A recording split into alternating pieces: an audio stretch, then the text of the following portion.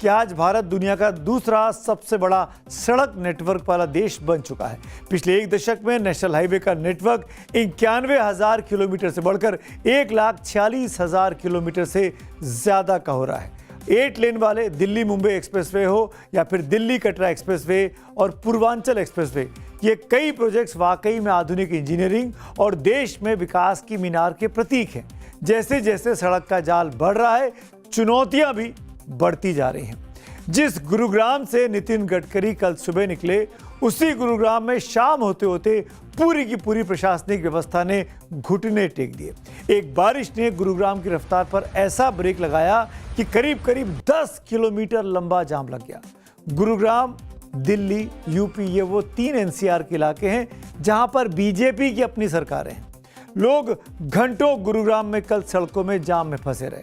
Hi tech city कहते हैं, modern city कहते हैं गुरुग्राम को, जहां पर वर्ल्ड क्लास बड़ी बड़ी एमएनसीज के दफ्तर हैं। वहां पे घंटों जाम रहे। एक एक घर की कीमत गुरुग्राम में बताई जाती है, जो अपार्टमेंट्स हैं अच्छी जगहों पर, वो 5 करोड़ से 10 करोड़ तक है।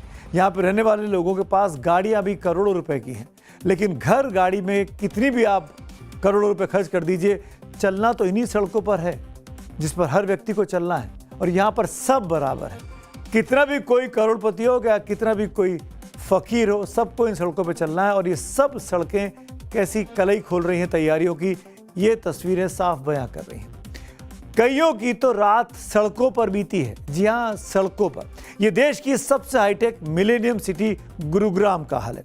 अरबों डॉलर का टर्नओवर, बड़ी बड़ी बहुराष्ट्रीय कंपनियों के दफ्तर, आसमान छूती इमारतें और इन इमारतों के बीच तैरता हुआ हमारा प्रशासनिक सिस्टम। तैरता हुआ, माफ करिए, डूबा हुआ गुरुग्राम का प्रशासनिक सिस्टम।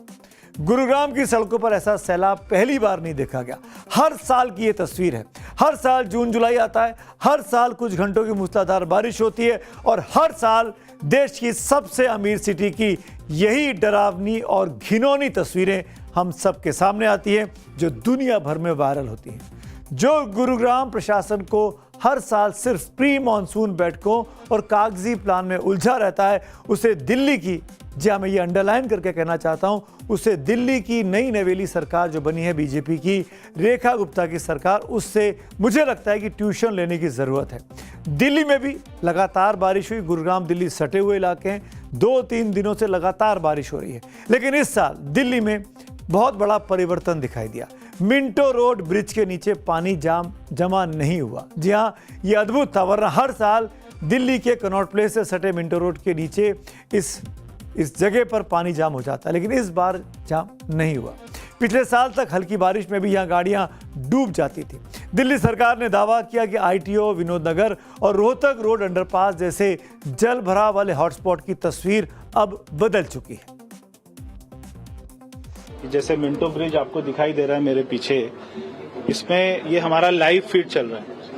पिछले एक दिन में 24 घंटे में 100 mm से ज्यादा बारिश हुई है और उसके बाद भी मिंटो ब्रिज में जहाँ पे बड़ी बड़ी बसें पूरा पानी के नीचे चली जाती थी, सारी गाड़ियां चली जाती थी, आज आपको पूरा ट्रैफिक एकदम स्मूथली दिखाई दे रहा है।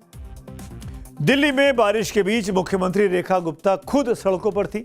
शालीमार गांव में उन्होंने जल निकासी की व्यवस्थाओं का जायजा भी लिया। इस दौरान उन्होंने अधिकारियों को जरूरी दिशा निर्देश भी दिए। तो दिल्ली की सरकार सीख सकती है, रेखा गुप्ता तैयारी कर सकती हैं, तो पड़ोसी जो 2 राज्य हैं, चाहे वो यूपी हो चाहे वो हरियाणा हो, वहां के मुख्यमंत्री, वहां की सरकार, वहां की व्यवस्था क्यों तैयारी नहीं कर सकती थी। आपने गुरुग्राम का हाल देखा, आपने दिल्ली का हाल देखा। अब आपको तस्वीरें यूपी के गाजियाबाद के वसुंधरा इलाके की दिखाता हूं, जहां सड़क धंसने से एक कार और स्कूटर इसमें गनीमत रही कि घटना के समय दोनों वाहनों में कोई सवार नहीं था, वरना बहुत बड़ा जानलेवा ये हादसा हो सकता था। ऐसी हजारों तस्वीरें रोज हमारे पास आ रही हैं, जो हम आपको दिखाते भी हैं। सवाल भी पूछते हैं कि हर बार हमारा सिस्टम भगवान भरोसे क्यों बैठा रहता है। जब कहीं कोई बड़ी घटना हो जाती है तभी सबका ध्यान उस तरफ क्यों जाता है। जब हर साल मॉनसून आना है, जून जुलाई अगस्त के महीने में बारिश होनी है, तो ये तैयारियां ढकोसला बनकर क्यों दिखाई देती हैं। जिस देश के पास सड़कों का जाल बिछाने के लिए करोड़ों अरबों रुपए का भारी भरकम बजट हो, जिस देश के पास वर्ल्ड क्लास इंफ्रास्ट्रक्चर डिजाइन करने के लिए हजारों काबिल इंजीनियर्स और लाखों कर्मचारियों की मैन पावर हो, जहां स्पेस और सैटेलाइट जैसी अत्याधुनिक तकनीक हो और फैसले लेने के लिए मजबूत इच्छा शक्ति वाली सरकार होने का दावा किया जाता हो, तो फिर वो देश सिर्फ कुछ घंटों की बारिश में घुटनों तक पानी में क्यों डूब जाता है? इसका जवाब जिम्मेदारों से पूछा ही जाना चाहिए, क्योंकि कमी संसाधनों की नहीं है। मुझे तो लगता है कि कमी नीति की है, नियत की है और जवाबदेही ना होने की है। आजकल देश में गड्ढों और गाड़ियों में E20 पेट्रोल को लेकर भी काफी ज्यादा चर्चा है। कई लोग सोशल मीडिया और अलग अलग मंचों पर दावा कर रहे हैं कि इस पेट्रोल का इस्तेमाल करने से गाड़ियों का माइलेज कम हो रहा है, इंजन खराब हो रहा है, गाड़ियां रुक जा रही हैं। और ऐसा दावा करने वाले लोगों को अब सड़क परिवहन मंत्री, जो कि पेट्रोलियम मंत्रालय में भी बहुत दिलचस्पी रखते हैं, नितिन गडकरी साहब ने खुला चैलेंज दे दिया है। उन्होंने कहा है कि अगर एक भी गाड़ी E20 पेट्रोल की वजह से खराब हो रही है तो सामने लेकर आए। इसे लेकर सोशल मीडिया पर लोग गडकरी जी के बयान को टैग करके अपनी प्रॉब्लम्स अब शेयर करने लगे हैं। मैं आप लोगों से गुजारिश करता हूं कि अब हमें सड़क पर उतरना होगा और संडे को हम एक कैंडल लाइट मार्च करेंगे गडकरी जी और हरदीप पुरी जी के खिलाफ। सड़क पर उतर के हम कहेंगे हमारी गाड़ी हमारा अधिकार। हम एथेनॉल 20 के खिलाफ है ही नहीं। हम चाहते हैं एथेनॉल 0 कम दामों में, एथेनॉल 10 अवेलेबल करवाया जाए। जो 2023 के पहले की गाड़ियां हैं उनके लिए एथेनॉल 20 आप कंटिन्यू रखें, लेकिन एथेनॉल 20 के सारे दस्तावेज आप सार्वजनिक कीजिए। और जिन गाड़ियों में एथेनॉल 20 पेट्रोल के कारण कोई समस्या दिक्कत आई है 2023 के पहले की गाड़ियां, उसका आप कोई सोल्यूशन निकाले, कोई हल निकालिए।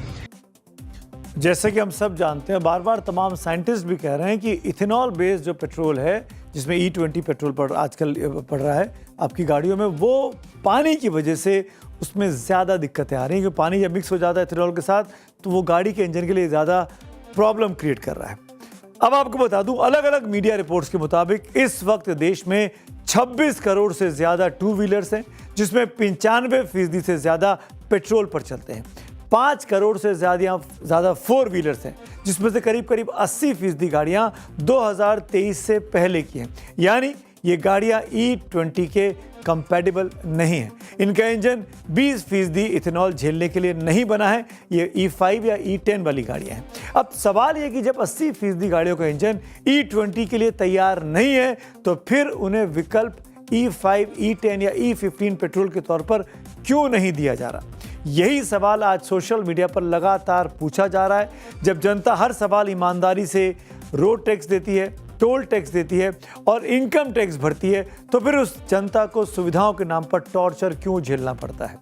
इस सवाल का जवाब मिलना ही चाहिए, चाहे वो गडकरी जी हैं, चाहे हरदीप पुरी जी हैं, चाहे सरकार का कोई नुमाइंदा दे। ये पता चलना चाहिए कि आखिरकार क्यों E20 की पॉलिसी को प्रीपोन करके 2030 की बजाय 2025 में ही इम्प्लीमेंट आनन फानन में किया गया है। उस रिपोर्ट को सार्वजनिक किया जा